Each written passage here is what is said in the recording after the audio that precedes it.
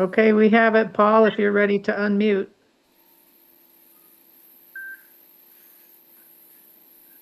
All right, ladies and gentlemen, I'm happy to welcome you this evening to the ongoing Book of Mormon Perspectives Forum. This evening with Ganesh Cherian as our speaker. I have had the privilege of returning from 3 weeks of vacation in Egypt and Jordan, and next week I'll be sharing slides to highlight that. The weeks following are open, and so I'm anxious and hopeful that somebody will volunteer for each of the weeks following here, and I'd like to get those filled up as soon as feasible because I normally try to keep things booked a month in advance or more. But this time I'm way behind because I've been gone for 3 weeks. Our speaker this evening, Ganesh, has been with us once previously on a book that he wrote, which is a remarkable topical biography of Joseph Smith, and it recognizes him as the architect of Mormonism. Tonight, he's coming back to us with another fascinating parallel. He is a former LDS bishop whose culture and tribe in New Zealand has South Indian roots, where St. Thomas is buried. He has an Armenian name, Cherian. He combines Christian heritage, uh, Christian to the point that he saw Mother Teresa, and that with a Hindu deity to be Ganesh. And so, since he was born in Nepal, his father drove a bus while his mom taught in New Zealand. The Book of Mormon ended up validating him as a Christian, a Nephi type who now has written the biography of Joseph Smith, the architect of Mormonism. He shows tensions between the book and his church and is with us to explain. And I've met him at John Whitmer. We found a kindred spirit there. I want to welcome Ganesh to our forum again, this time to give us a comparison between the styles of Joseph Smith Jr.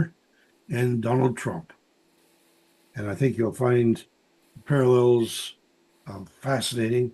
I think he has 25 or so that he has developed, and I've seen and I've had a chance to participate in augmenting with a couple. And so I think you're going to find this to be a fascinating treatment. And I would warn you that while some of us might not think those two ought to be compared, that I think you'll find that this is judiciously selected. And while you may want to disagree, there's room for that. The idea that, well, for me, I just came from Egypt where big egos made monuments. And we see that both Donald Trump and Joseph Smith had pretty big egos. And Donald Trump in particular is anxious to make monuments. Here we are making a monument to outclass the United Nations now. Um, Joseph Smith, a monumental adjustment to Christianity to provide for a whole new church. Well, I'm going to ask for us to pray together, but let me call to your attention that the first picture is of the burning bush and the well where Moses met his wife, which are at the monastery of Saint Catherine at the foot of the mountain where Moses met God. And I had the privilege of climbing that mountain this last week, and I'll come back and talk about that next week. And the next picture, I believe, is of the yeah, this is the summit. And if you appreciate the ruggedness of that summit, that is the summit to the mountain where God spoke to Moses. It's a little bit of a tough climb. And typically, people say you need a healthy person can climb it in about 2.5 hours. I would say the last mile took me at least 20 stops to breathe. Pretty tough. And then it was really tough to get down. But let me go back to the prayer. YHWH, the breath. Allah, the breath, breath of life. The great I am, whose breath gives life, whose essence resides in all that exists, whose creation we are. We bow in respect for the fractals of history that allowed the divine to communicate with Moses. They continue to inform us as we seek to listen to the creative voice that comes from within and from afar. As we acknowledge you, the divine, the conductor of the universal orchestration, we see ourselves wanting to play our part, to understand the eternal score, to rest, to speak, to be in tune, to play on cue. And so we bow to attune ourselves, to listen to your whisper, to feel your nudge, to respond, aligning the purposes of our being with you. And as we so seek, it is in a world of tensions, confusion, conflict, with crocodiles' mouths open, ready to devour. And we ask for courage to walk on their backs, to approach the promised land under the guidance of your peaceful spiritual power. For we see big egos having shaped history, building monuments to themselves, pyramids, schemes, attempts to rise above the vicissitudes of daily life, to give themselves the appearance of eternal worth, beyond the wars, the conflicts, the hungers, embodying daily strife. And we seek context. What would you have us learn from the stories of our past? What is there in the human story that merits survival, fractal replication, to play the roles in which we are cast?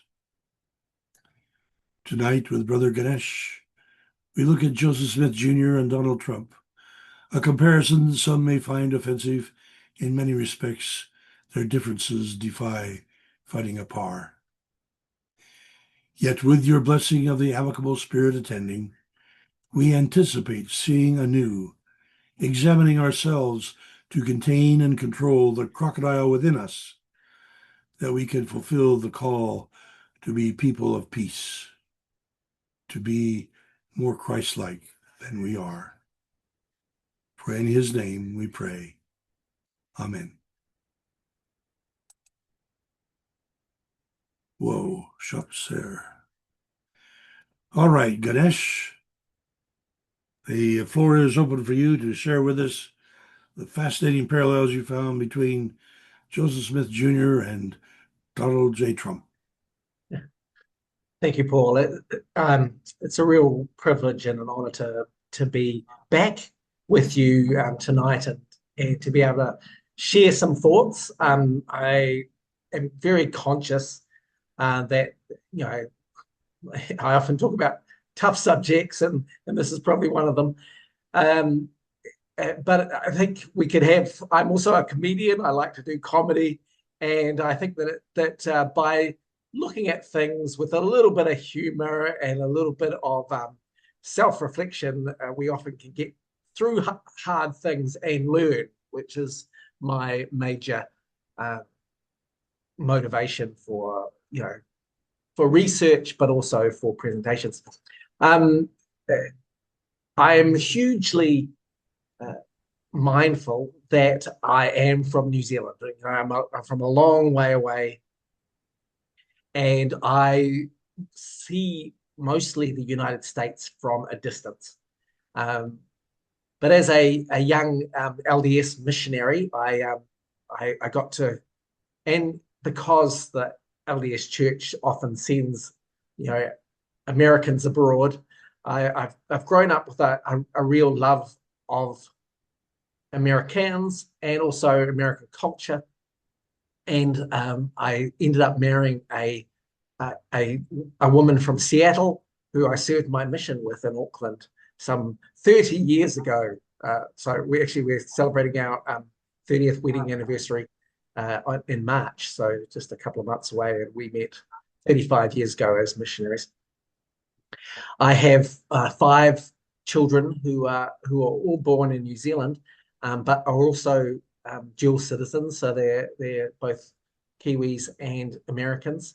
And I have two children currently who live, one in Montana and another in Wyoming. And for a significant period of time, I went and lived in Wyoming with my family during the Obama Mitt Romney election, and that was quite a insight and a fascination for American politics, and also how this plays out in various ways in particularly small towns in America. And Wyoming, if you're unaware of it, is, it's a fairly large geographical landmass, but it has a very few people. I think it's the smallest population in the United States, 500,000 people over the course of, quite about the land mass of New Zealand. So it's tiny in people. So lots of small towns, and we lived in a little town called Powell, which is just north of Cody. And during the Mitt Romney Obama election, that was a real insight into the, for me at least as an outsider, the contradiction and the conflict that happens between religion and politics. In the small town that we were in, which had a significant Mormon, Mountain West population, but it was heavily Republican. In fact, so Republican that they don't even campaign there. It's just always going to be the case. And in our little town that was debating the primaries for the Republican candidate, Mitt Romney, as an LDS person, was getting a significant amount of flack from the local Christians, to the point where there was a lot of kind of anti-Mormon rhetoric. And but then once he was selected as the nominee, that just completely changed. Everybody just kind of rolled over and said, "No, that's fine. Billy Graham has endorsed him. We will follow through and have him as our candidate." And so that was an interesting development for me, and it certainly put me on the road of trying to understand American politics, the Latter-day Saint movement, particularly in the Mountain West, but also some of its larger historical context in America. And of course, that culminated with my book last year about Joseph Smith and the Architect of Mormonism, which I've spoken about already. One of the lovely things about investigating Joseph's life was investigating the cultural context that he came from. A lot of that about the emergence of the United States on the world stage, the War of Independence, the War of 1812, the kind of ways that America was looking at significance as particularly a Protestant nation emerging from continental Europe, and also the ways that it was going to lay down a foundation of reason with the Enlightenment, and many of the deists that were part of the founding fathers. So, as you well know, and much better than I, the idea of religion and politics, government, state, and how that kind of works out is always a tenuous balance, one that's played out in various states in various kinds of ways, and our current situation with particularly Trump as a very authoritarian figure, and the ways that he seems to be disrupting the narrative, the long-standing political narrative of the United States, but also just the kinds of ways he interacts with the public, the ways he interacts with people that he disagrees with, the ways he interacts globally with other countries, and certainly in that geopolitical space. Those are all fascinating, but because they're changing so quickly and on a daily basis, that can often be real, lots of whiplash, but also hard to kind of determine and explain. So one of the things that when I looked at Joseph Smith, and certainly for the book, one of the big things was looking at him as an emerging leader, looking at him in the early Ohio setting, particularly as this church is forming, and then more importantly, what happens to him by Nauvoo after a series of setbacks and conflicts. That means that he really wants to provide for his own safety and the safety of the people around him, but also how he determines to get that safety by, really establishing some pretty tough measures, and both judicially, politically, both with military, and also, the kinds of rhetoric and ways that he was projecting his city of Nauvoo in a theocracy. The idea that, Joseph was in charge of everything, and he had, really strong views about what that would look like going forward.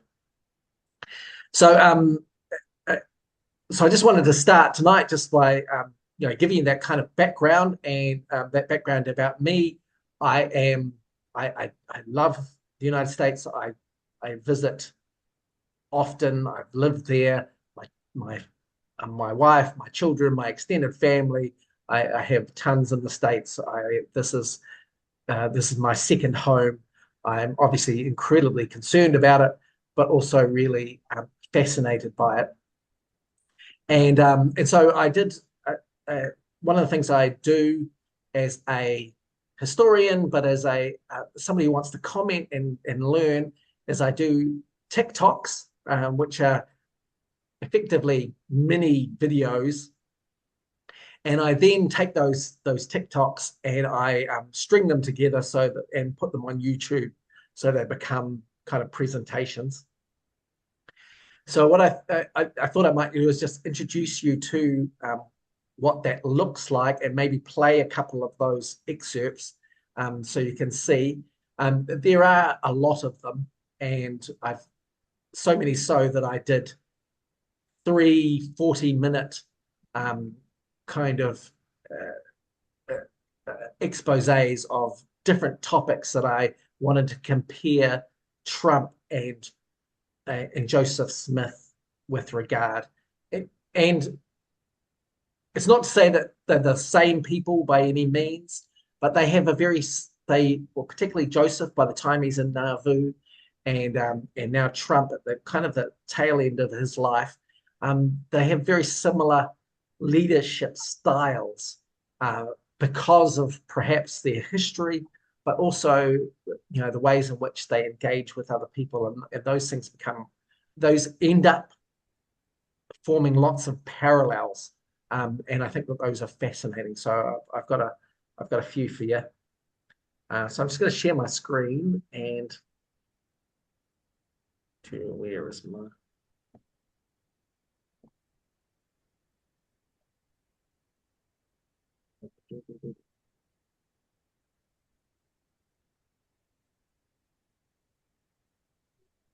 Share that. Okay, and so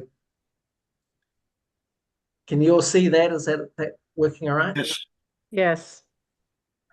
So I'm just going to put. I'll just play this. This is just one, but it has 7 little videos strung together, and I might just play one, and then we can chat about it a little bit, and then maybe do the next one, and then and we'll see how many we can get through. We're probably only going to be able to get through 4 or 5, and there's at least 27 of them, but it'll give you a good teaser, and you can go and look at these, and you can ask questions on the channel if you want, and that hopefully should be a little bit of fun.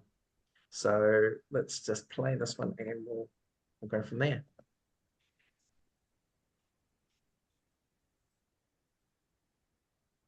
We don't have volume. We're not hearing it, Ganesh. You're not hearing it? Okay, No. let's. What's going on?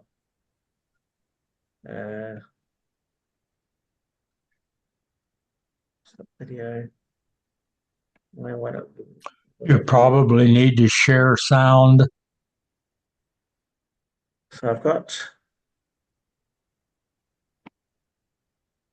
my options. Or share. No, that's.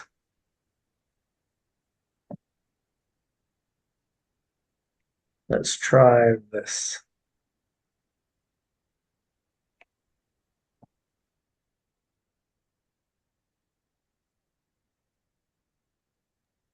Still no sound.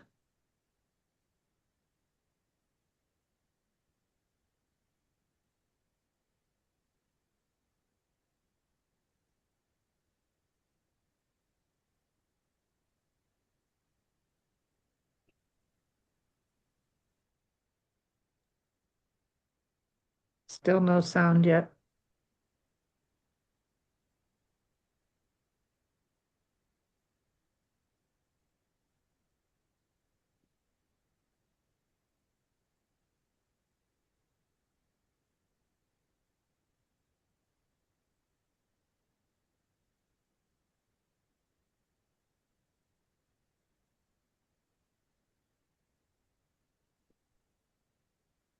We're still not hearing it.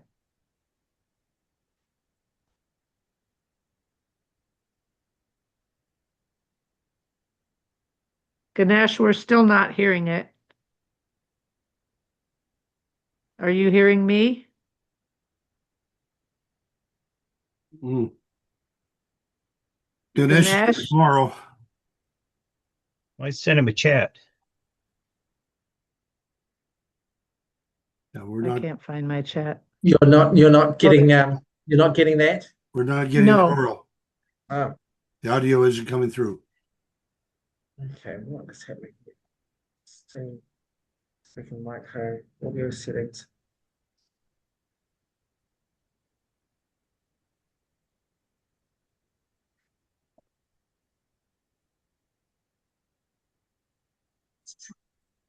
Do you get that one? Nope. No.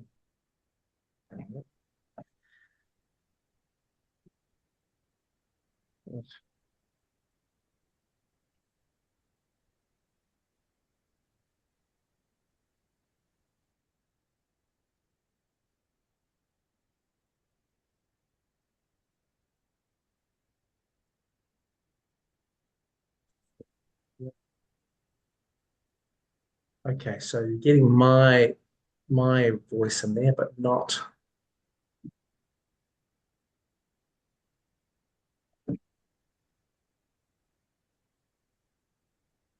And you're getting it there.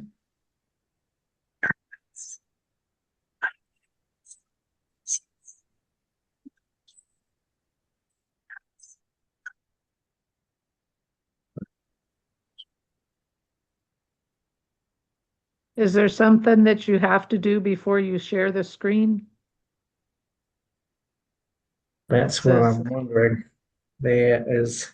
So if you stop sharing and then, Okay, let's try that. And okay. Oh, yes, you're right. Well, be right there. It's all right.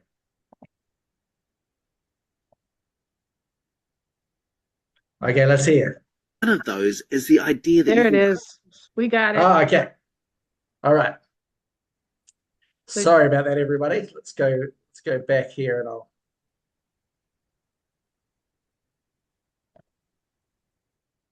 some of those aspects. And we'll have a bit of fun as we look at the ways that men engage in power tactics as they become leaders and they have great followings. Much has been made about the ability of President Trump to pardon people and the kinds of people that he's using that power to help. There is concern that he is pardoning people that might be paying him to do so in some way or form. And this also happened with Joseph Smith. Joseph Smith, like Donald J. Trump, had a lot of trouble with the law. He was in and out of court, he was often sued, and he was trying to figure out ways to make that easier on himself. The legal system has some leniency powers, and one of those is the idea that you can go before a magistrate and plead that the place where you're being tried is unfair to you because the people are already way too prejudiced. And so, with a writ of habeas corpus, you could be tried in a place that is supposed to be independent and that will judge your case on the merits rather than the feelings of the people around you. Joseph became aware of this during his incarceration at Liberty Jail when Sidney Rigdon was allowed to go free. And Joseph sued for a change in venue for their trial, and then the others escaped and were able to flee to Illinois. Because this was early in the American Republic, extradition was unusual and fraught, and Missouri just didn't want to follow that through. But it became a thing later as Joseph started to rail against Missouri, and we'll talk about that a lot later. When Nauvoo was incorporated as a city, Carter had the mechanism in it of habeas corpus so that Joseph could make it possible to go before his own magistrate in his own town and get a favorable response. When he did have some significant legal problems, he just managed to get to Nauvoo, and then Nauvoo would be able to hear the case and acquit him regardless of what the charge was. This was incredibly powerful and gave Joseph a huge legal advantage, and he certainly used it. And people complained, especially those outside of Nauvoo who were, really wary of Joseph and his behavior already. But in 1844, Jeremiah Smith sought refuge in Nauvoo. He was actually a second cousin of Joseph that Joseph hadn't met, but got along really well with really quickly. And Jeremiah Smith had a problem because he had been owed some money by the US government. And so when he went to collect, they wouldn't let him have it. So he collected the money under a fraudulent name and was wanted by the federal agents. Joseph heard his plight, brought him up on a writ of habeas corpus in front of the Nauvoo Municipal Court and acquitted him of his charges, and then also set out a damage to the United States government for Jeremiah Smith. This caused a lot of criticism because Jeremiah Smith effectively was a criminal being pardoned by Joseph in Nauvoo. Listen to this complaint in the Nauvoo Expositor. We hold all church members are alike, amenable to the laws of the land, and we further discountenance any chicanery, to screen them from the just demands of the same. He who sets the laws at defiance and evades their operation, either by direct or indirect means, pursues a course subversive to the best interests of the country and dangerous to the well-being of the social compact. If such an order of things is allowed to exist, there is every reason to believe that Nauvoo will become a sink of refuge for every offender who can carry in spoils enough to buy protection. Sound familiar? Joseph could sell freedom to the highest bidder because he had this incredible power through the Nauvoo City Charter to pardon anyone with the right amount of influence or money. And that, in the wrong hands, can be extremely dangerous. One of the great bromance. All right. Does anybody have any comments on that or some questions?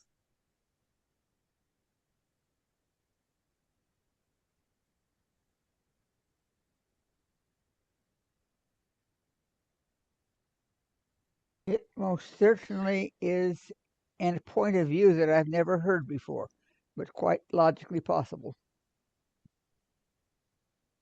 Well, the fact that both were able to use that pardoning power, Mr. Trump to pardon all the people involved in January 6th, and and and it appears also quite a large number of people who've been able to pay significantly for their pardons.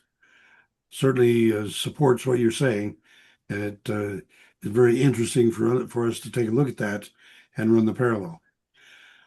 I think we have 27 on the list that you brought before me, and so I suggest let's move on. Right. Here's another one that I quite like, and it's bromances. Joseph had a lot of bromances, and so did Trump. So here's one.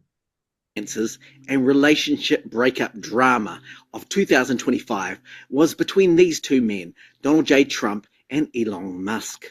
Musk had helped Trump secure the presidency, and in return, President Trump appointed him head of efficiency gains in Doge to be able to look at various industries and government contracts and re-engineer them. This was a huge amount of power, but it also meant that he was invested in what the country was going to do going forward with these efficiency gains. They then spectacularly fell out over the big beautiful bill and started attacking each other over social media about their insecurities and also their bad behavior. They recently made up and supposedly on the same page. Joseph also had a significant bromance that led to him having a great deal of power. John C. Bennett used his influence in Illinois to secure a strong city charter for Nauvoo that gave it a number of protections. And in reward, Joseph made John C. Bennett the first mayor of Nauvoo. The two men were incredibly close and lived together for part of the time between 1840 and 1842. Then accusations of impropriety meant that these two men, who were thick as thieves, now had a decision. Joseph threw John C. Bennett under the bus and relieved him of his duty as mayor of Nauvoo and ousted him completely from the church. It may have been that Joseph was just under damage control and would have eventually revived John C. Bennett to his former office. But John C. Bennett took this incredibly personally and went to the papers and started producing exposés about Joseph and the practices of Nauvoo that were terrible, confirming in print that Joseph was doing some underhanded things. This went on for a long time, and the two men never reconciled. The bromance had exploded spectacularly. As Epstein... So Joseph had a lot of very close male friends who he did a lot of things with, and that some of those relationships were very key, but also exploded badly when things went wrong. We know of Oliver Cowdery, his accusation of Joseph committing adultery in Ohio. John C. Bennett, obviously. We have also people like William Law, who did the Nauvoo Expositor. And so there were a number of people who Joseph kind of fell out with that he was incredibly close to. President Trump has a few of those himself. Mike Pence, who was his vice president in his first term, that he fell out with over the election results. And of course, he was incredibly close to Jeffrey Epstein, and that's causing ongoing repercussions, particularly with the Epstein files. So these are interesting that you need people that are very close to you, but then also what do you do with those people who then have leverage or secrets over you when things fall apart? Any comments or questions?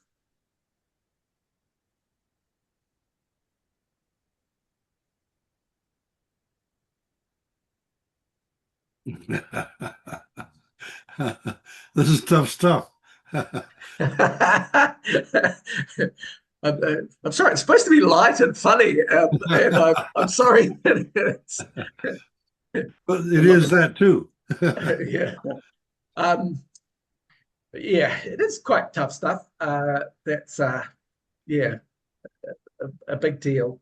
Okay, well, maybe we'll just do the next one and see what comes up. All right, take a look at the reputation.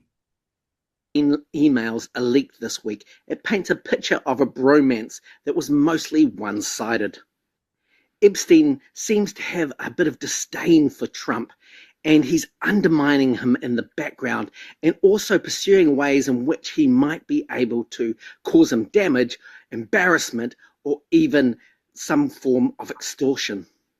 John C. Bennett also did this to Joseph Smith. In spring of 1842, Lilburn Boggs, who was the previous governor of Missouri during the Mormon expulsion, an attempt was made on his life. He believed it was perpetrated by Porter Rockwell on command of Joseph Smith. John C. Bennett confirmed this in the papers, citing that Joseph Smith was trying to kill Lilburn Boggs, and so Joseph had to go into hiding for almost 6 months. Missouri, that hadn't pursued an extradition order on Joseph about his escape from jail in 1839, now looked at extraditing Joseph to stand trial for the attempted murder of Lilburn Boggs. John C. Bennett also accused Joseph in the papers of impropriety with particularly young women. He published this letter, known now as the Happiness Letter, that Joseph had written to Nancy Rigdon, who was 17 at the time, to try and convince her to enter a secret practice of sexual impropriety. The letter is damning. It starts off with the idea that happiness is the object and design of our existence and will be the end thereof if we pursue the path that leads to it. Joseph tries to convince Nancy that which is wrong under one circumstance may be and often is right under another. Whatever God requires of us is right, no matter what it is. He then makes the case of King Solomon. So it is with Solomon. First he asked for wisdom, and God gave it to him, and with it every desire of his heart, even things which might be considered abominable to all those who do not understand the order of heaven only in part. This reference to Solomon and something abominable goes to Jacob chapter 2 in the Book of Mormon, which suggests that King David and King Solomon were guilty of abominations in practicing the idea of wives and concubines. But Joseph in this letter seems to indicate that this is not the case and that this can be justified as long as God is providing it, and in this case, he was. So everything that God gives us is lawful and right, and it is proper that we should enjoy his gifts and blessings whenever and wherever he is disposed to bestow. Nancy rejected this idea and kept this letter and gave it to John C. Bennett, who published it kind of without her authorization. Now, she ended up getting a lot of flack about this and accusations in the church paper in Nauvoo that she was a harlot and a prostitute. And that's the way that anybody who accused Joseph of any impropriety was dealt with if it came to the public arena. So we're yet to see how Epstein's posthumous disclosures are going to affect Trump. But if Joseph is anything to go by, Joseph managed to weather this storm and come out of it smelling like roses, at least for the short term. He was able to convince his followers that John C. Bennett was a scoundrel, which he probably was, and that he had lied about the things in relation to Joseph. Joseph was also able to procure a writ of habeas corpus so that he wasn't extradited to Missouri to stand trial for Lilburn Boggs' attempted assassination. In this way, he was able to evade the law and also distance himself from John C. Bennett and accusations of impropriety and maintain his reputation, at least amongst his followers. As part Yeah, so Yeah, well, the Epstein files are kind of been buried in many ways. That only a tiny bit of them have been released to the public. And we seem to have gone on to other more extreme uh, things. So that's been largely forgotten. So that's an interesting strategy from the Trump administration. But yeah, any comments or questions about that? I'm intrigued that both are so capable of manipulating the legal system to their advantage. Yeah, it's a big deal, and I suppose that's a real trait of authoritarian leaders is that if you're going to win, you need to have the mechanism to change the legal system or the judiciary in your favor, because if you're doing things that people are objecting to, they're going to bring cases against you, and you've got to find the ways to either dismiss those or to neutralize them, or to maybe even turn them on their heads and use them as a threat or a action against somebody else.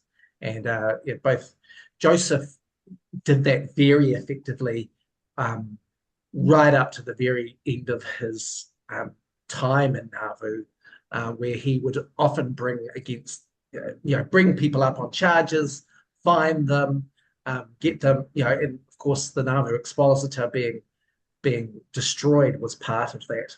So yeah, and Trump seems to be very effective at that too. He's managed to overwhelm the judiciary system. The Supreme Court are obviously very weary of putting judgments against him, and it seems like they are just overwhelmed by the amount of cases that they have to even look at. So the wheels of justice are turning very slowly while lots is happening on the world stage. Well, and a fascinating parallel is that Mr. Trump has just put forward his Board of Peace, wherein he remains as the one in charge. It is not the American president who's in charge. It's Donald Trump who's in charge. Other countries pay $1 billion to participate, but they'll be able to get things done that the United Nations can't do.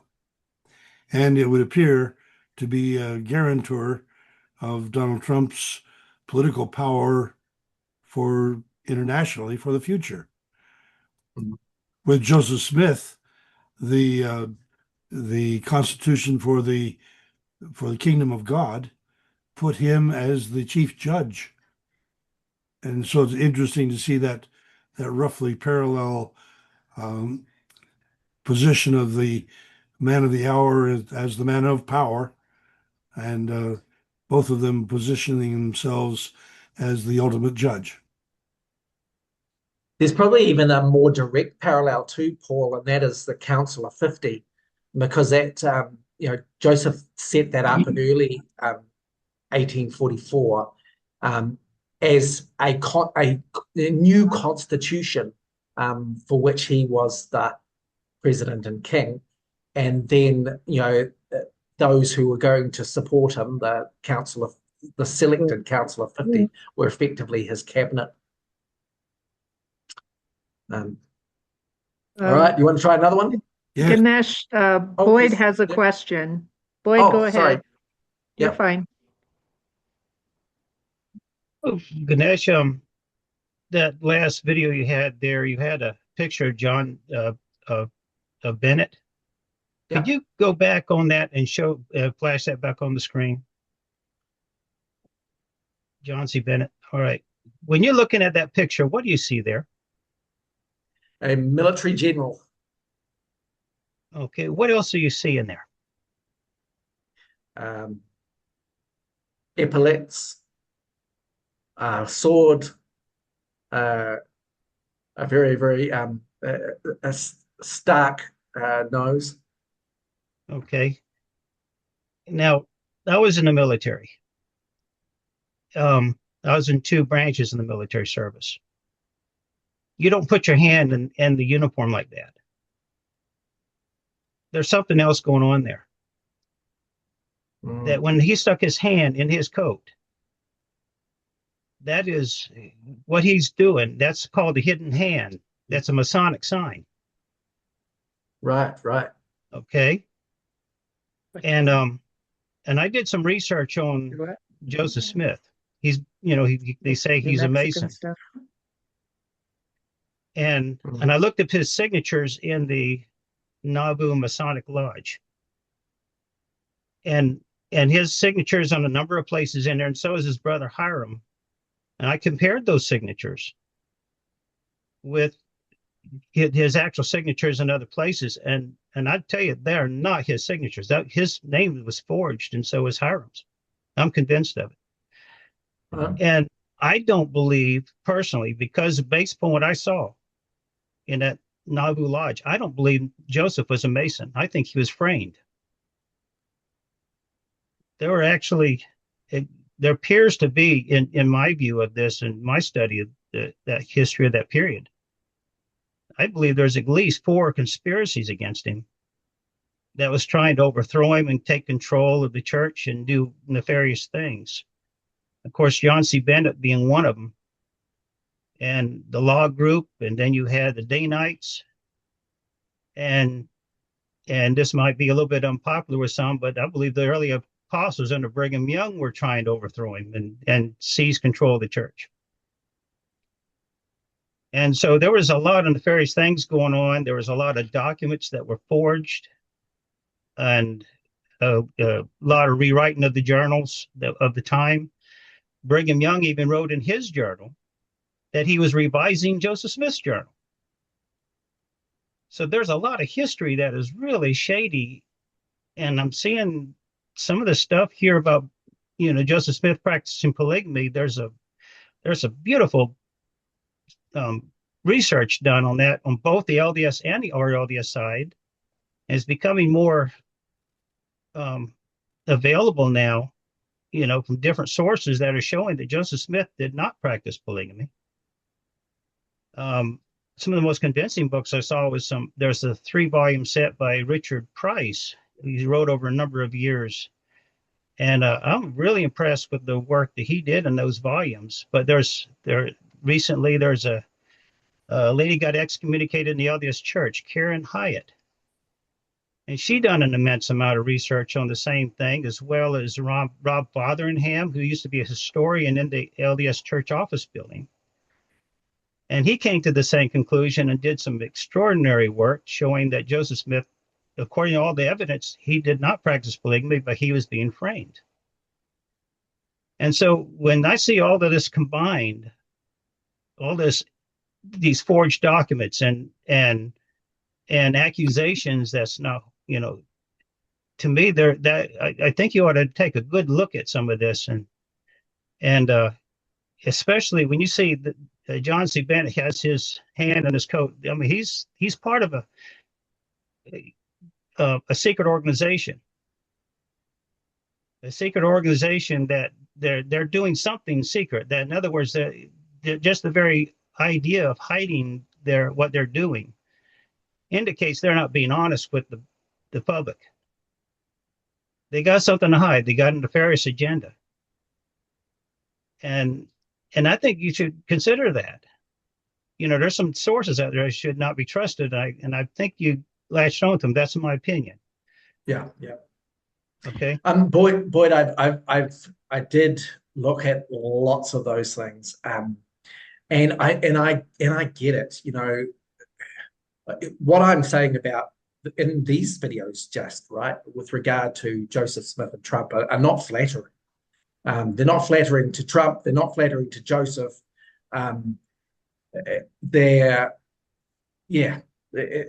That's tough, particularly if Trump is your hero, or Joseph's your hero, or both of them are your heroes. It's not fun. It's not fun, and not it's hard to think of your heroes as doing something nefarious or underhanded or dishonest. But that is a tricky thing. And look, I've spoken to that idea many times with regard to people like Karen Hyatt and Michelle Stone, and I've met her. She's lovely. We've had some great engaging conversations. I get the idea of wanting to preserve Joseph as a hero and seeing a number of conspiracies in particularly the Nauvoo era that suggest that it's somebody else, including Brigham Young. And there are some good cases for that, and I think John C. Bennett is one of them. There's definitely some things that John C. Bennett himself was doing that were terrible. I think that the evidence suggests that he and Joseph were doing those things together and then had a falling out. So, yeah, I get it.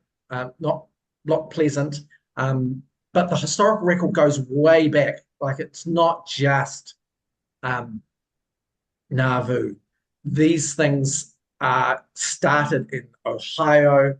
They started with people that weren't any of these people. William Law wasn't there in Ohio. Brigham Young was mostly in England at the time. John C. Bennett wasn't on the scene. We can track these ideas of Joseph and his actions back into Ohio, back into Missouri, back into New York, when none of these people were a part of the church. So, yes, there's lots of interesting things going on, and a few machinations and conflictions of tough historical stuff. But one of the things that I go into in the book, and it's not to discredit Karen Hyatt or Michelle Stone or Rob Farrington or anything like that. It's just to show that these are proclivities of Joseph right back at the very beginning, back before even the Book of Mormon was penned. The idea, these are things that existed right at the very beginning of the church before any of those people were involved. And I followed them right through to Nauvoo and to Joseph's death.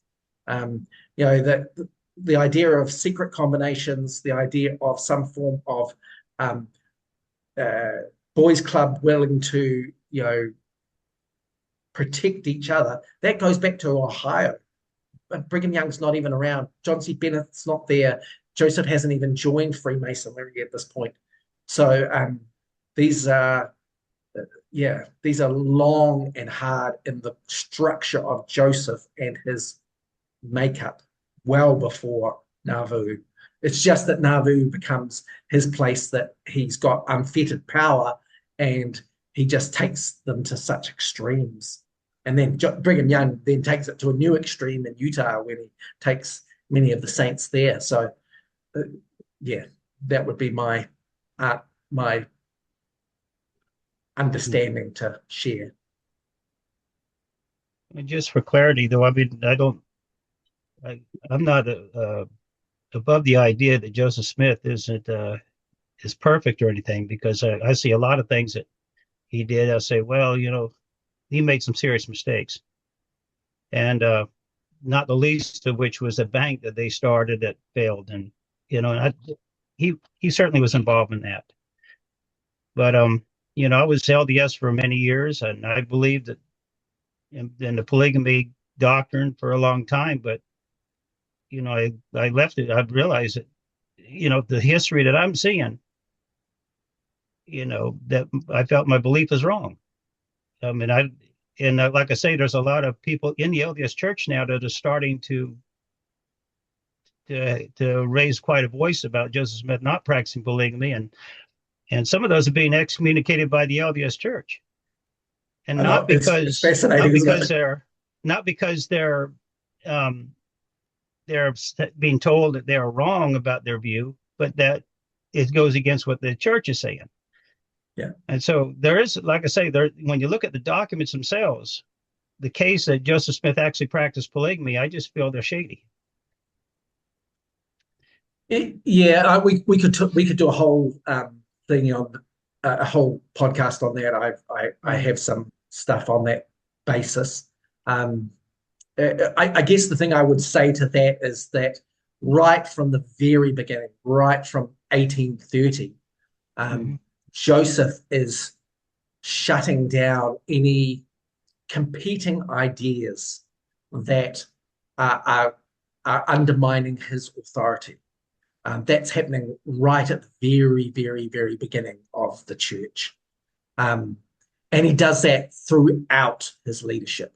It happens, well, it happens with Oliver Cowdery in 1829, even during the dictation of the Book of Mormon.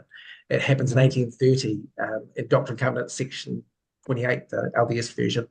It happens in Ohio. It happens in Missouri. It happens in Nauvoo. And like you rightly point out, Boyd, it happens today because the church narrative, or at least the LDS church's narrative, is, if you don't toe the line with the narrative that we are currently engaged with, you are a threat, and therefore you are excommunicated. But Joseph set that pattern down right at the beginning of the church. With anybody that dissented or went against what he said, he would give them a chance to repent, and if they didn't, he would cut them off. And many of those people had really valid concerns about Joseph, the ways that the church was operating, and the kinds of things that were being whitewashed. Joseph changed scripture really early on in the piece. The 1835 Doctrine and Covenants is quite different from the 1833 Book of Commandments, and Joseph is revising that. Joseph is changing those accounts. Joseph is changing Revelation to suit what actually happened and his authority, not because they're what happened in the historic record. So while I have a lot of sympathy for that latter Nauvoo period and the changes that Brigham Young does make to the historic record, he learned that from Joseph, and while he had his own, Brigham Young had his own agenda, certainly, and he changed things in order to bolster his authority, absolutely. That was something that Joseph did the whole of his lifetime. Yeah, what you said just now, it does match the things that I'm seeing too, because there are some significant changes in the 1835 Doctrine and Covenants from the 1833. There is an argument saying that the 1833 Book of Commandments, though, was not, how do you put it? It was published, but it was not official. That, how do you put it? Not yet authorized. Yeah, not authorized. Yeah. Yeah. So there is an argument there too. So that's worth investigating. But the changes are significant, and then all that is worth studying and digging into a little bit instead of just assuming that all of it is revelation from the Lord, because there is according to David Whitmer, he said Joseph got a revelation at one point that said that some revelations are from God, some revelations are from man, and some are from the devil. Yeah. Okay, so when you got changes in these revelations, you have to wonder, well, did the Lord, which revelation is right? Did the Lord change his mind or not? And so it's a legitimate question. Boyd, Yep. excuse me, I'm going to interrupt here and see if we could maybe get back on topic and let Ganesh continue on with his comparisons. Okay. Thank you. Yeah, great. It's a good point. Look, Boyd, we can talk some more about it. Okay, let's do another one and see what you think. Let's have a look.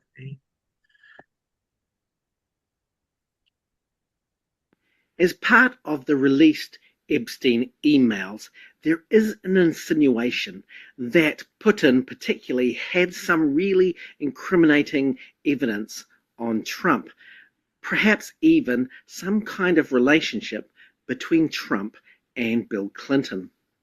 The Trumps and the Clintons were friends. Here's a photo of all four of them together at Trump and Melania's wedding in 2005. They afterwards became bitter political rivals when Trump and Hillary Clinton fought against each other for the 2016 presidential election. Trump is very well known for his relationships with women and how tricky those were. But the idea that he might have been in a relationship even slightly with a man is a really interesting understanding. This is partly the accusation against John C. Bennett, that he might have been engaging in some homosexual activity along with his prolific heterosexual activity. The Nauvoo Wasp, which was overseen by William Smith, Joseph Smith's brother, published some information in the latter part of 1842 suggesting that John C. Bennett was involved in buggery. The really curious thing was that this information was never used by Joseph Smith to attack John C. Bennett, despite all of the terrible accusations that John C. Bennett was making about Joseph Smith. Despite John C. Bennett's scandalous practice and his excommunication from the church, this was not an accusation leveled by Joseph against him. And even more curious is that Joseph, in some sermons, particularly one in April of 1843, talks about the idea that friends should be able to lie down together in the same bed at night, locked in each other's embrace, talking of their love, and awake together in the morning. Joseph himself had a number of significant relationships with men, really deep personal relationships that might have involved some form of physical affection. Joseph, during his life, never spoke against homosexuality, even though there was motive and incentive to do so. And instead, he treasured his male relationships heavily, which suggests that he had a very, very close, intimate association with them. So is it possible that men who are railed on for their sexual exploits of women might actually harbour some other activities which the general populace might not necessarily agree with? That certainly is the question that a lot of Americans are grappling with their current president. That's maybe a little scandalous of information. We have so little to be able to go on with regard to that. But it is an interesting question of maybe Joseph's sexuality and perhaps even the President of the United States' sexuality. So just a thought. Any comments, questions?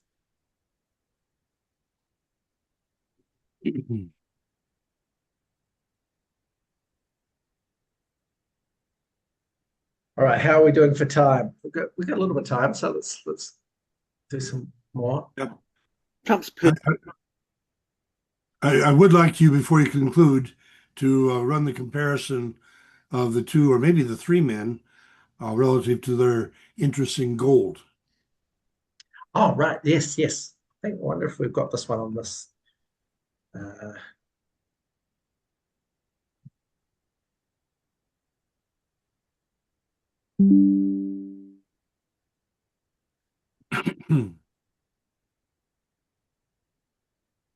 May well have it up here.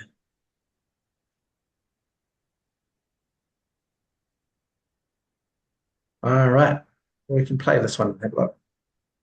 with some really austere kind of decorations. Let's go back a sec. My actions. Confidence is something that both Joseph Smith and Trump have in spades.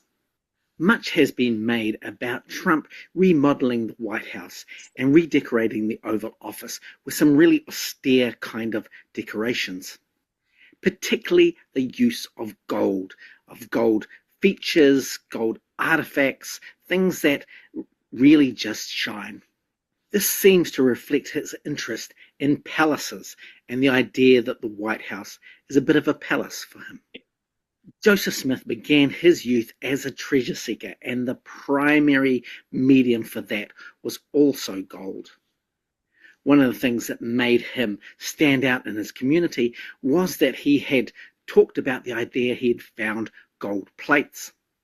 His previous treasure-digging gang seemed to really believe this, also believed that they were cut out of the deal, and they rushed to try and get these gold artifacts from him. Gold was a preoccupation of the Smiths, particularly in their poverty. The idea that they might be able to secure treasures was like the lottery of its day.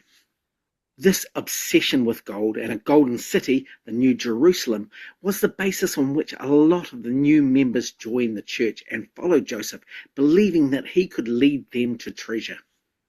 That treasure was always just on the cusp of being acquired, and particularly through patriarchal blessings, which Joseph gave a lot of in the early church.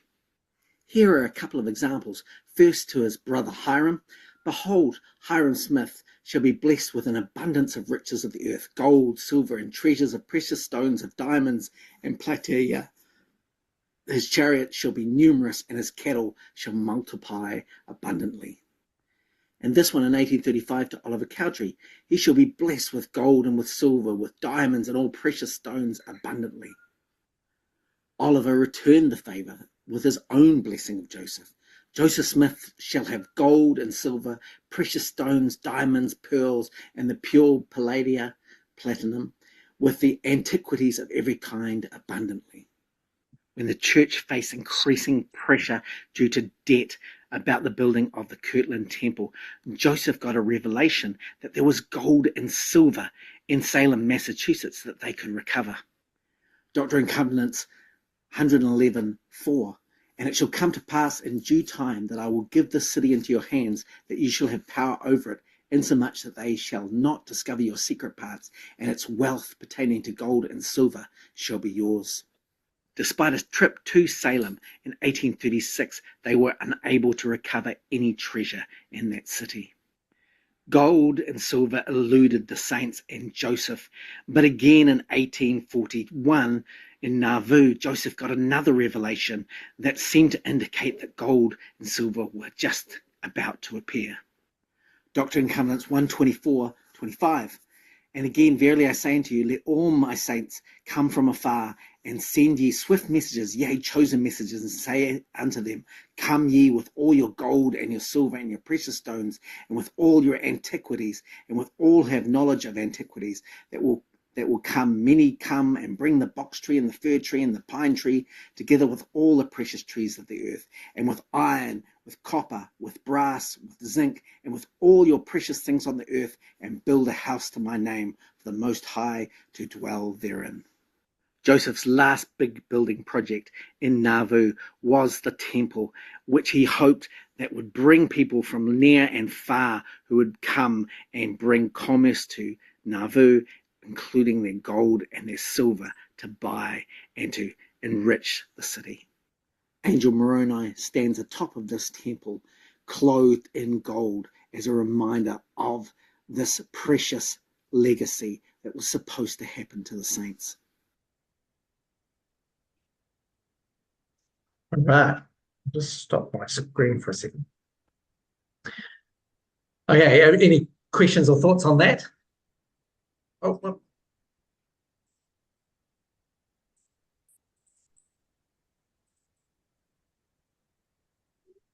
If you add Brigham Young to that picture, then what else does he add?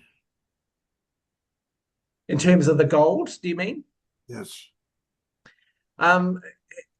Well, he doesn't seem to be as preoccupied with treasure that Joseph is. He's a much more practical kind of a person, but he does see the need to relocate, and he does so to the Salt Lake Basin, with the idea that that theocracy that's set up by Joseph in the Council of 50 is going to be preserved, and certainly part of that is wealth and well-being. So Yeah, but you don't see him quite so occupied by gold per se, but certainly by the idea of building things and that kind of palatial matter. Hey, Terry's got his hand up. Go ahead, Terry. With gold found in California in 49 and a huge amount of people going there, uh, people put pressure on Brigham Young to do something about it. So Brigham Young did send a group of guys to California to look for gold, and they did find a little bit, but it wasn't worth anything. When they came back to Salt Lake, they said it's not worth anything, and so that idea died. So there was that little attempt to join the world in looking for gold. I think there's a story, isn't there, that Joseph I'm sorry, that Brigham asked for volunteers to go to California, like 100 people, and like 1,000 people turned up. They all wanted to go. And I think that Brigham rightly saw that, beyond the bounds of the Deseret, or that idea of the territory, Brigham would not have a great deal of control over these people, and Samuel Brandon, who went from New York right round to the gold fields in California, he certainly broke from Brigham quite early on in the piece, which suggests that Brigham understood that gold might be a problem if the saints were going to follow after it. One thing that the Saints made a lot of money off of was people from the East going to California and needed to buy supplies of this, that, and the other. And so a lot of people made money off of those people going to get California stuff off of a non-gold entity. Good point. Good point. Yes. And that's, some of the practical realities of Brigham, right? He saw opportunities. Maybe he recognized that acquiring the gold was expensive, but giving people the mechanism or providing the way for them to do so could be incredibly lucrative. Right. Commerce was the money, not gold. Yeah, yeah, yeah. Well said. Well said. Interesting parallel there, since Major Bideman, Emma's second husband, went to California on the gold rush in 49 and apparently set up a business by which to profit significantly from supplying the needs of the miners. But after acquiring that business on the way back home, ended up losing all of it, and so got back to Nauvoo with no gains except for the experience. I didn't know that. That's quite revealing, isn't it? Yeah, so the gold quest was a pretty common denominator across America, I think.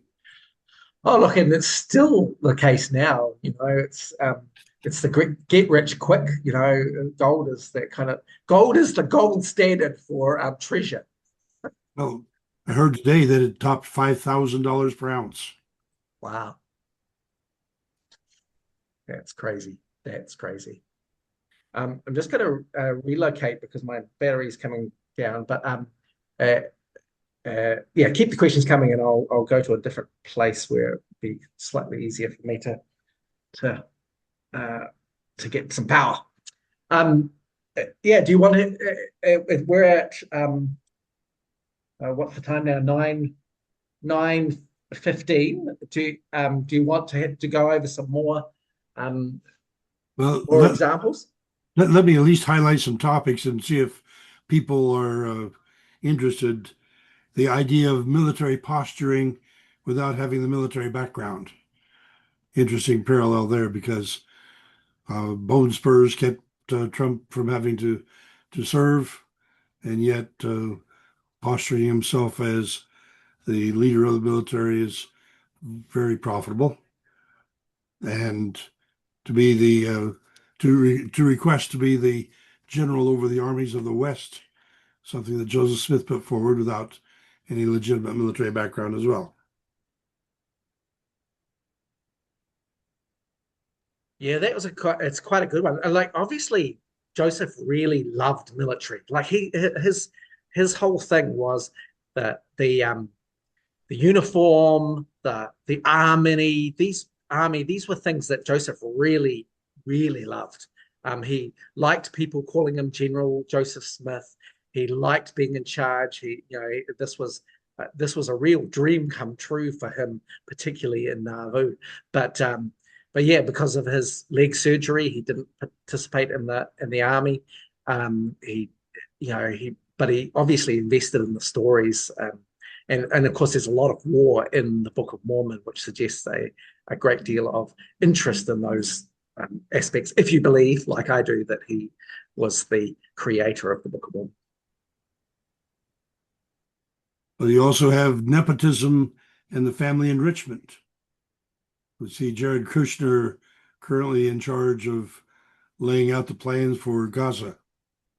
And the note today was that there's only room for 1/6 of the population of Gaza that used to be there.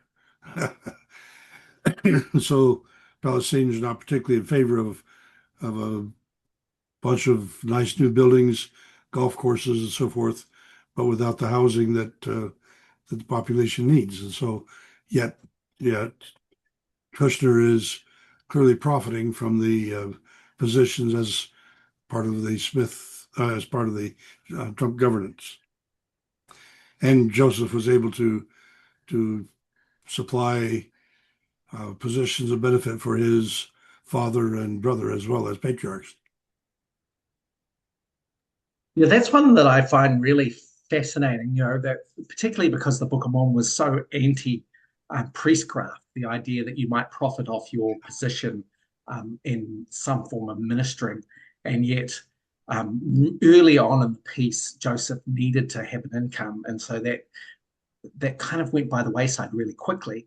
And then, he provided those mechanisms for his family, particularly. The Smiths really were advantaged by their association with Joseph, and in fact, in many ways, it was it was a Smith family endeavor right through till Joseph and Hiram, and then Samuel died in June and July of 1844. So it's the enrichment by association. That's a really big deal in the church, and a really big deal in Trump's own immediate family. You have a category of grandiose promises.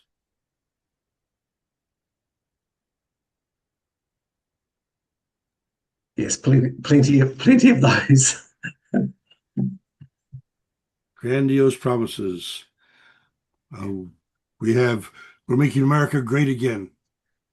We have the best. We are creating a new world order. Yeah. And we're building up Zion. Interesting. Yeah, and there's a lot of when I'm thinking about the ways that people followed Joseph, um, in many ways, the promise was even more important than the delivery. Joseph managed to capture people. He was really good at reading them, I think, understanding what the kinds of things that they were concerned about, and almost using that against them to be able to provide a movement which they were invested in. And so they often lost quite a lot along the way. But one of the things that happens, of course, is as you lose, you feel like you're sacrificing for the greater cause, and that makes you feel important. But also the idea that once you've invested so heavily and the new promise of return is somewhere in the future, then you almost double down on your loss and redouble your commitment to the project, which is quite telling. And that's, we're very prone to that as humans.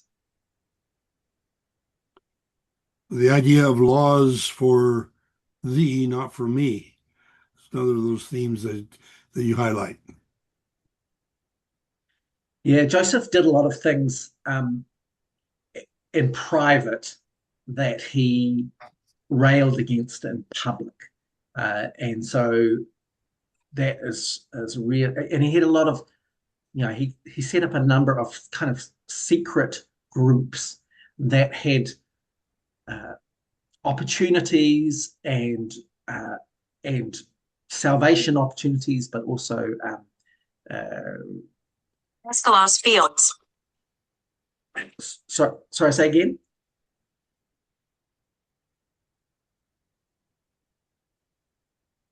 I think it was simply an interruption. Yeah, so he developed inner circles of prominence, and he managed to make those people feel like they were incredibly special, but then he advantaged them in certain ways that made them feel like they were above or elite even in Nauvoo society, which caused huge amounts of problems because, of course, they could do things that other people couldn't do. This provided a huge amount of inequality in Nauvoo that really, disabled the whole system. I think Trump is pretty good at that too. There's a lot of hypocrisy that where some people are getting away with some things and other people are not, and that is just drives people nuts, especially if you're on the bottom rung and that's not happening to you. Well, and that brings up the loyalty issue, and it would appear both of them played that very profoundly to their advantage. Yes, that's right. You were loyal or you were a threat. So the moment that you criticized, particularly if you did that publicly, you were out, you were brandished, you were ostracized, you were threatened. That was absolutely what happened to anybody who disagreed with Joseph or tried to correct for some of the things and the excesses that he was doing. And that certainly seems to be the case in Trump's case. And it's an authoritarian regime, right? So you're going to have that because if you're in charge, any disloyalty is a threat punishable by what could be as high as death, right? But it's certainly a bit of treason. If you're a country, if you're a religious movement, it's apostasy, right? Their treatment of the marginalized. Yeah, so the Book of Mormon spent a lot of time suggesting that the marginalized were actually more righteous, that they should be shared with, and that actually it was a mark of righteousness to impart your substance to those who were poor and the other. But Joseph realized pretty quickly into the piece that he could not take care of everybody.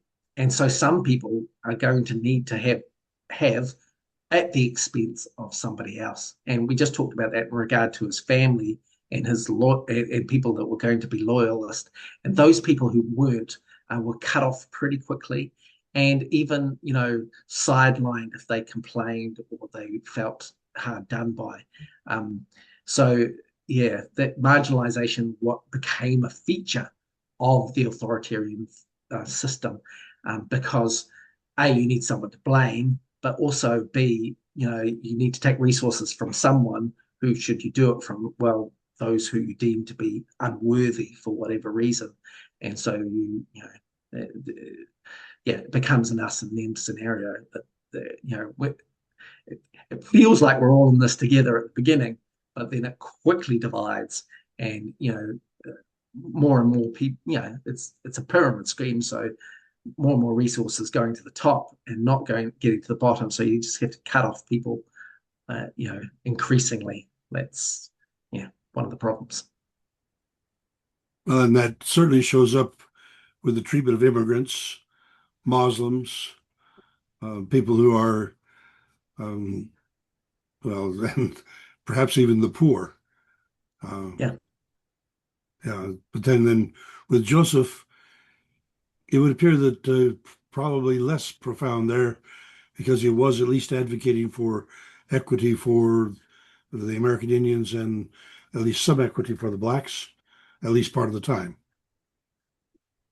Yeah, although part of the whole system, particularly the Book of Mormon, was suggesting that the it was a leopard, how the leopard got its spots. Why are the Native Americans brown? Well, they have been unworthy and they are cursed by God, and now the new inheritors of the land are the white European Gentiles, and they're destined to take over. So there was a bit of marginalization even built into the Book of Mormon, and that that was then carried over to particularly black people in places like the Book of Abraham and the Book of Moses, and certainly some of Joseph Smith's attitudes and writings on slavery and equality through 1835 and 36 and yeah. So, but Joseph also, when he came into contact with people who were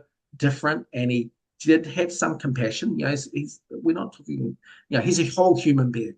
On one end, some people have to be sacrificed, but on the other end, if he could make it an engagement with people, they could often sue for some resources and get them. So, and I think there's even in authoritarian systems, there has to be a mechanism for mercy, because if you think that it's if you think that the system is gamed against you, then you're not going to have any hope. But as long as some people get some benefit, and sometimes they're the ones that you wouldn't expect, well, then actually that gives other people hope, even though it's a losing game. You cite misogyny as another of those interesting parallels. Yeah. So, gosh, this is Joseph the whole of his life, right? So, the Book of Mormon really does not favor women. It only has a few women characters, and those characters are in subservient roles. Joseph certainly sidelines his wife early on in the piece. Doctrine and Covenants section 25, I mean, can be read in some inspiring ways as Emma is an elect lady, but also it can be read as, look, stop complaining because you're not one of the witnesses. Your job is to take care of Joseph, and that's your role. And certainly we see that even amp up by, if you do believe that Doctrine and Covenants section 132, the polygamy revelation was done by Joseph, that certainly had even more rhetoric against Emma particularly, but also women in general, that if they didn't comply with their husbands with regard to things like polygamy, that they would be destroyed.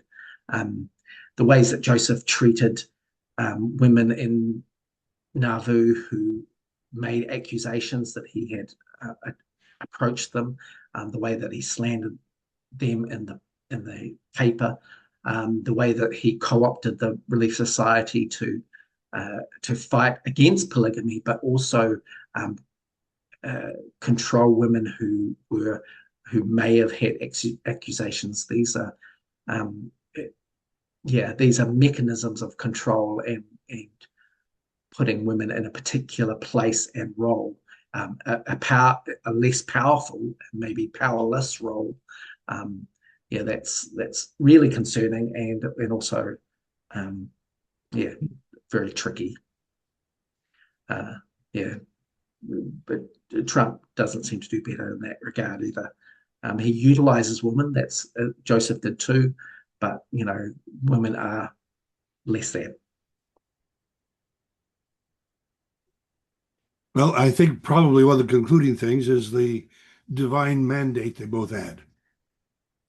Yeah, now this is well, obviously, Joseph is seeing himself as a prophet. He's relating that to other people. People are seeing him as a prophetic figure, somebody to usher in the second coming, and Joseph utilized that many times to suggest that he was doing God's will, and people supported him in that. And that's a really interesting thing that, as an outsider and as an observer, I don't have a I do have a idea about what I think is fair, but it's really interesting to see a lot of Trump's support galvanized by that idea that he's um, mandated by God, put in place by God, that even though he's some kind of flawed human being who is a little rough, that but that in the end you will see him as God's emissary. I think that's a really interesting facet, and it makes some parts of support of Trump, and only some parts, feel very religious and as a movement almost, very fundamentalist in their approach, which is really interesting and has huge parallels to Joseph. Hmm. Hmm. Well, ladies and gentlemen, that's a reasonably good summation, and we are at 9:30. And so I wanted to yield to any questions, comments, because I think you got a pretty good review here of what the remarkable research that Ganesh has done to show parallels between these two men. And we've the list that we have here is 27 parallels long, and we've looked at about a little over a dozen. But the idea that you get these fascinating, um, charismatic leaders with big egos building monuments in Egypt, the pyramids or the Sphinx, made me think that perhaps Donald Trump would be pleased to have his face stuck on a big Sphinx in the panoply of our monuments in Washington. Anyway, I'm intrigued that big egos tend to be expensive to the overall picture of human history, and I think they don't do a real good job necessarily of feeding the people. Yeah, and then, look, Trump's made his mark on a few places already. Of course, the Kennedy Center is one of the ones that now bears his name. This is yeah, and I think too, if you're looking at Nauvoo, that really was the city of Joseph. Joseph, it was all about him. It was all about his expectations, all about his ideas, all about his building up of something. And look, I don't mean to demean either of these people. They, from their perspective, I think that they see themselves as divine, as having a mandate from God, as believing that they're providing something beneficial and worthwhile, and something that's going to create something great in the future. So, but I guess as maybe people who can stand out back a little and look at history, look at some of our own history as the diaspora of Mormonism, but also as looking at other examples of this throughout the world, because it's a common trait. Maybe we can have some enough objectivity that we can address this with some clarity and be wary of the pitfalls, and also be conscious of when they're happening so that we can respond appropriately or be in a better position because we're aware rather than just going along with the flow.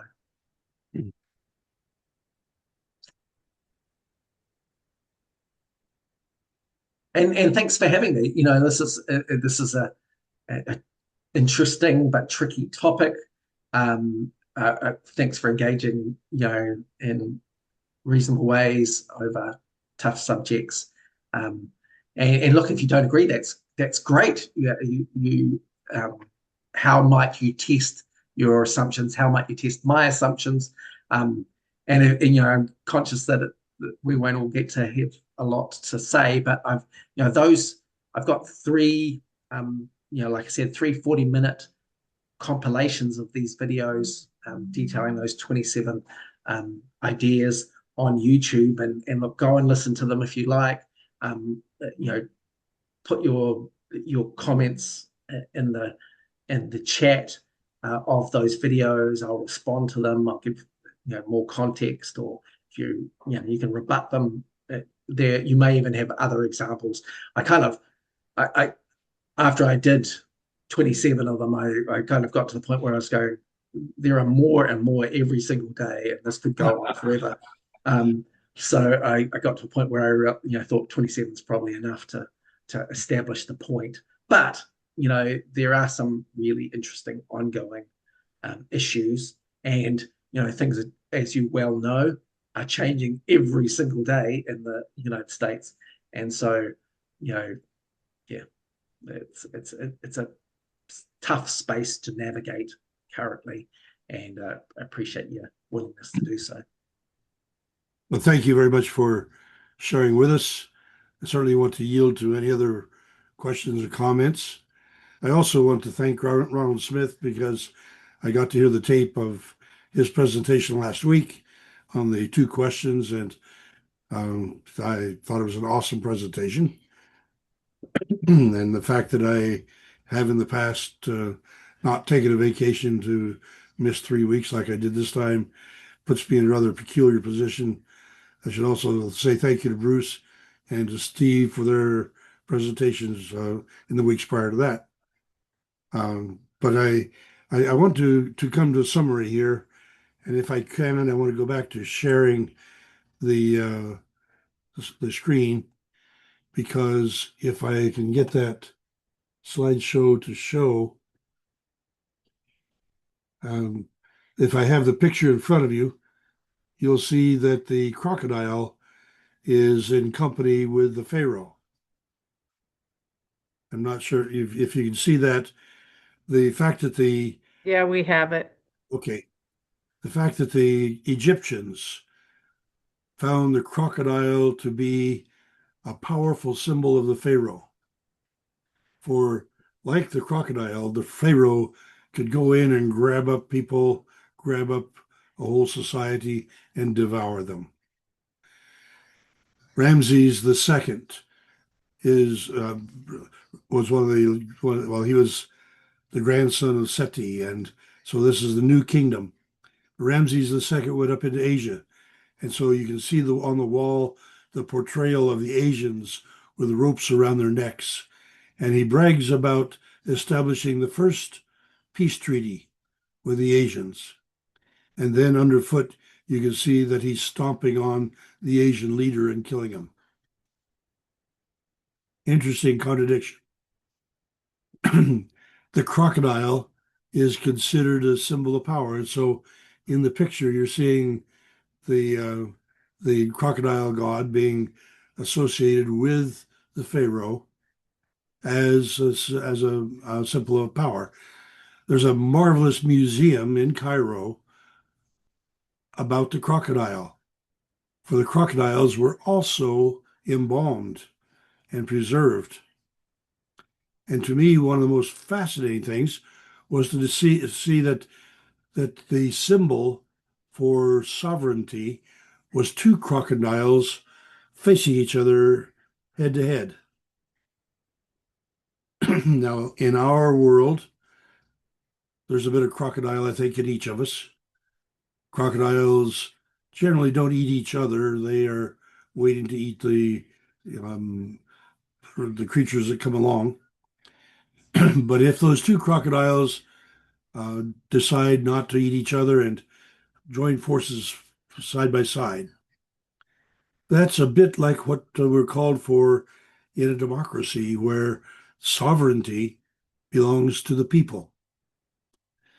And when those crocodiles agree to quiet down their inclinations to gobble people up and allow people to walk on their backs, then they can get across that deep river to the promised land.